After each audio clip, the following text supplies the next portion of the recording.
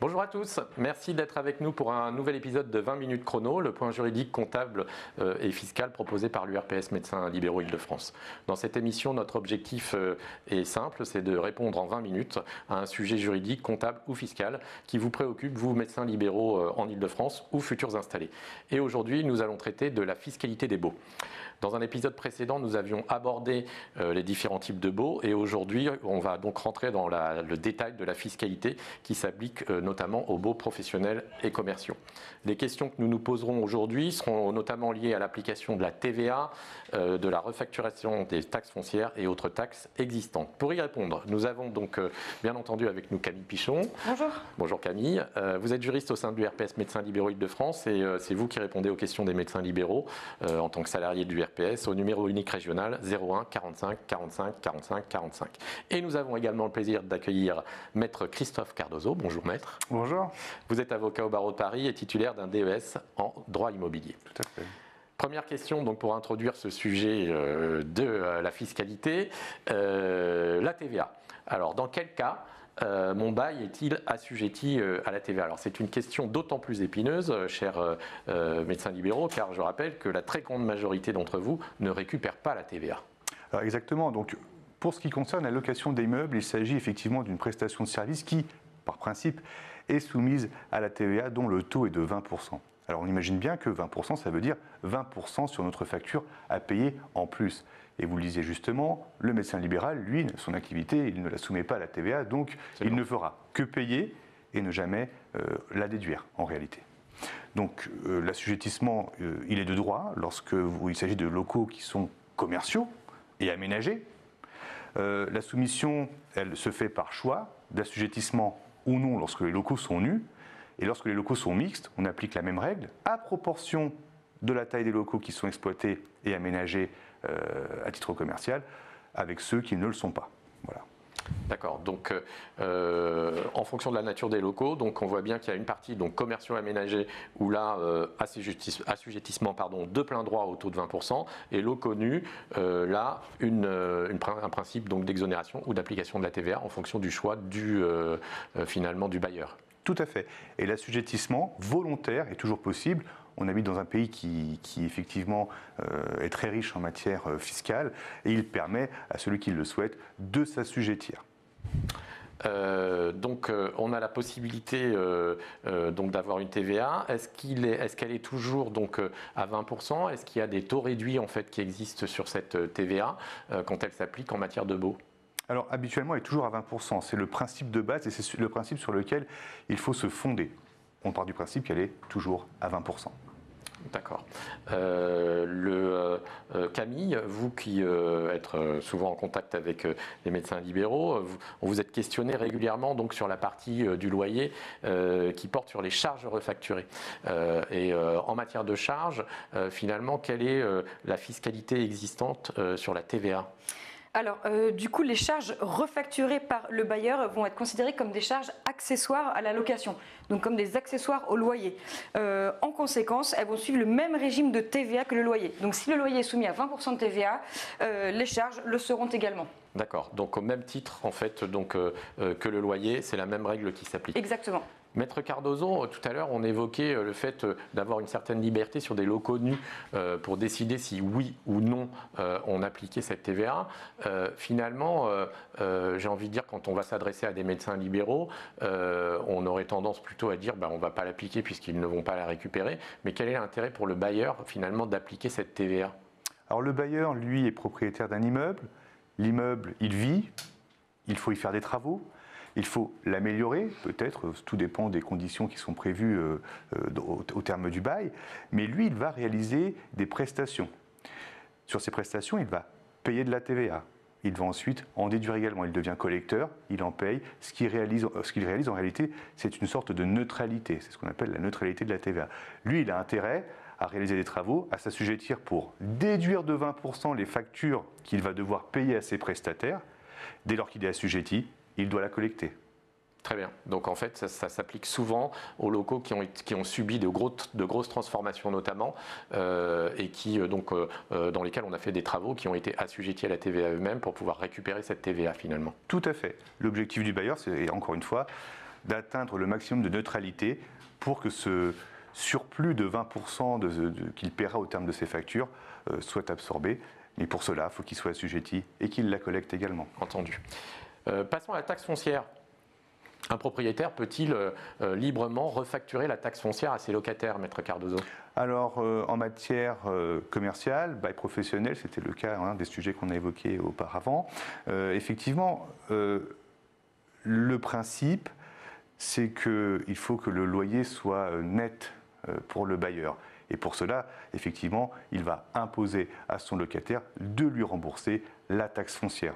Tout se fait au moment de la rédaction et de la signature du bail. Important. Il y a une liberté contractuelle entre les parties de déterminer si oui ou non la taxe foncière sera refacturée au bailleur. Généralement, quand elle est refacturée, elle est faite au prorata des locaux qui sont exploités par le professionnel. On prend l'exemple d'un immeuble, un propriétaire d'un immeuble entier. Vous êtes médecin praticien, vous l'exploitez, vous ne louez qu'un des locaux, un des appartements, un local. La taxe foncière qui vous sera refacturée n'est que celle qui sera soumise au prorata des mètres carrés qui seront occupés par votre activité. Mais donc, si on a bien compris, il faut absolument que ça soit expressément écrit dans le bail, sans quoi le propriétaire ne peut pas nous la réclamer. Tout à fait, c'est une clause très importante puisque les montants ne font qu'augmenter en réalité et puis ça peut être très important, ça peut être une charge que le locataire, lui, n'a pas prévue et il se retrouve en fin d'année à devoir payer ce surplus qui est également soumis à TVA. On le disait tout à l'heure. On le disait tout à l'heure, effectivement, c'est une charge et donc comme l'ensemble des charges, ce qu'a évoqué Camille, c'est une charge qui est soumise à la TVA, donc en plus de 20%. Voilà. Alors, on a un peu l'impression, quand on est médecin libéral, je se dis, bon, ok, je paye la taxe foncière à mon propriétaire, et puis par ailleurs, je suis aussi assujetti à la cotisation foncière des entreprises.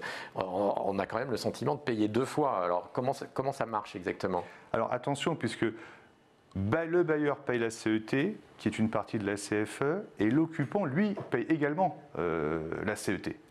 Là, il n'y a pas de confusion. Le bailleur, lui, il est redevable de la sienne.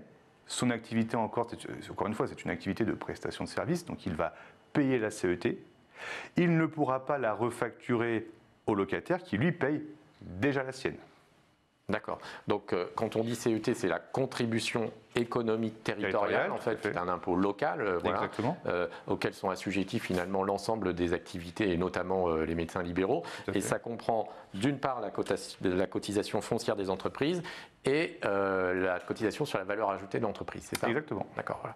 Et donc ça, on le paye finalement individuellement. Exactement. Alors, Camille, peut-être vous pouvez nous expliquer comment c'est calculé cette CFE quand on est plusieurs dans un cabinet notamment. Est-ce qu'on est chacun assujetti à cette cotisation foncière des entreprises? Comment ça fonctionne? Alors, la cotisation foncière des entreprises, donc CFE, est un impôt local dû par toute personne ou société exerçant une activité professionnelle non salariée en France. Elle est calculée sur la valeur locative des biens immobiliers utilisés pour l'activité professionnelle. Donc dans ce cadre-là, en fait, si plusieurs médecins exercent dans un même cabinet, chacun va être considéré comme une entité fiscale distincte. Donc chaque praticien va être redevable de sa propre CFE. Le montant de la CFE, il va être calculé en fonction de sa propre activité, de l'utilisation des locaux et du chiffre d'affaires réalisé. Alors j'attire juste votre attention sur le fait qu'il y a des exonérations et des réductions qui peuvent, qui peuvent exister sous certaines conditions, notamment en fonction du chiffre d'affaires et de la nature d'activité. De l'activité. Donc là encore, je vous invite à vous référer à un conseiller fiscal pour obtenir des informations précises adaptées à votre situation. Donc ce qui veut dire que quand on exerce en groupe, par exemple au sein d'une maison médicale, chacun va bien recevoir chaque année un appel à cotisation, cotisation économique territoriale, en fait, contribution économique territoriale, qui va intégrer donc cet impôt dit cotisation foncière des entreprises. Et ça, à titre individuel, on est redevable. Voilà. Donc il ne faut pas s'étonner finalement de chacun d'entre nous recevoir ce type de document. Toujours à Camille, une autre question.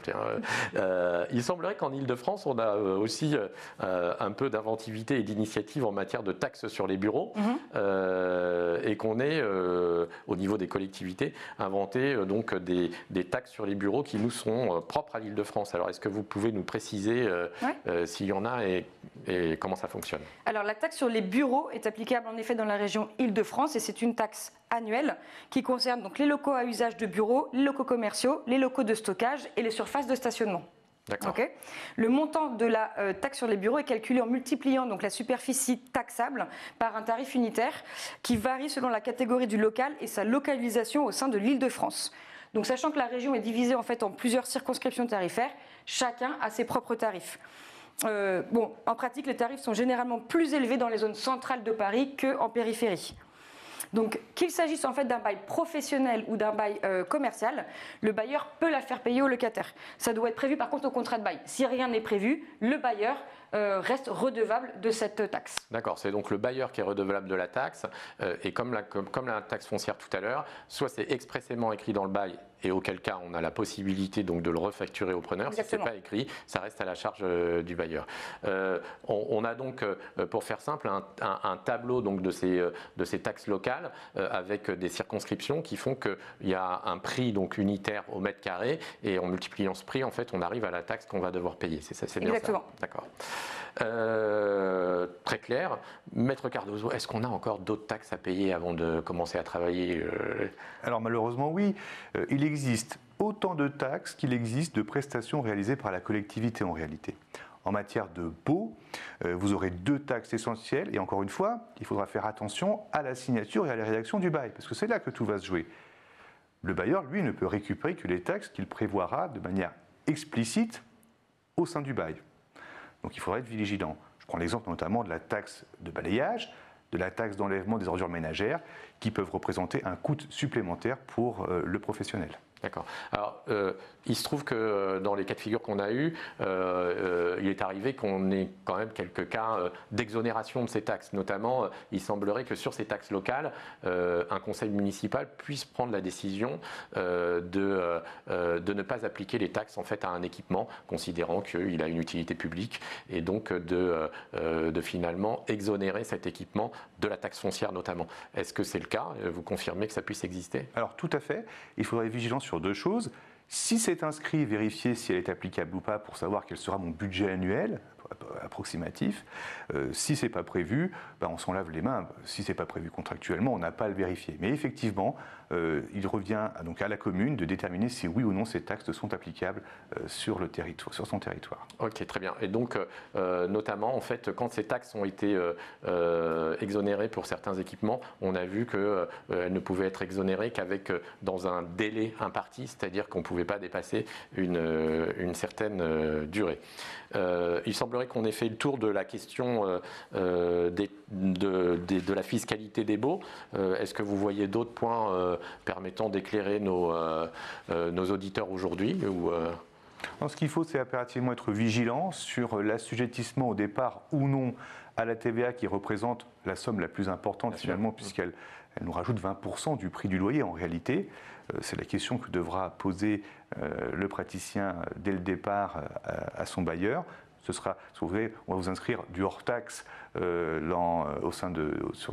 niveau de votre bail. C'est-à-dire le prix du bail, ça va être le loyer tant hors-taxe. Et la surprise arrivera au niveau de la facture. La facturation devra déterminer ensuite, lorsque votre loyer sera quittancé, si oui ou non il est soumis à TVA. Voilà. Et ça peut être une surprise importante. Donc il faut être très vigilant au moment de la signature du bail et ne pas hésiter à poser les questions qu'il faut à son bailleur. Soyons naïfs, posons les questions expressément et bien comprendre effectivement ce qu'est un loyer net, un loyer chargé, un loyer avec TVA ou sans TVA permet effectivement d'éviter les surprises et notamment ces 20% supplémentaires qui peuvent arriver. Le temps passe et nos 20 minutes sont à présent écoulées. Nous espérons donc que ce contenu vous sera utile. Vous pourrez retrouver bien sûr tout par écrit dans la fiche mémo 20 minutes chrono qui est en lien et en page dessous l'émission. Et bien entendu, si vous avez des questions sur ce sujet ou sur d'autres, vous pouvez joindre en première intention Camille, juriste donc de l'URPS Médecins, toujours au même numéro 01 45 45 45 45, qui pourra vous apporter donc une réponse de premier niveau. Merci à tous pour votre écoute, merci à vous deux pour la clarté de vos propos et à très vite pour une nouvelle émission de 20 minutes chrono de l'URPS.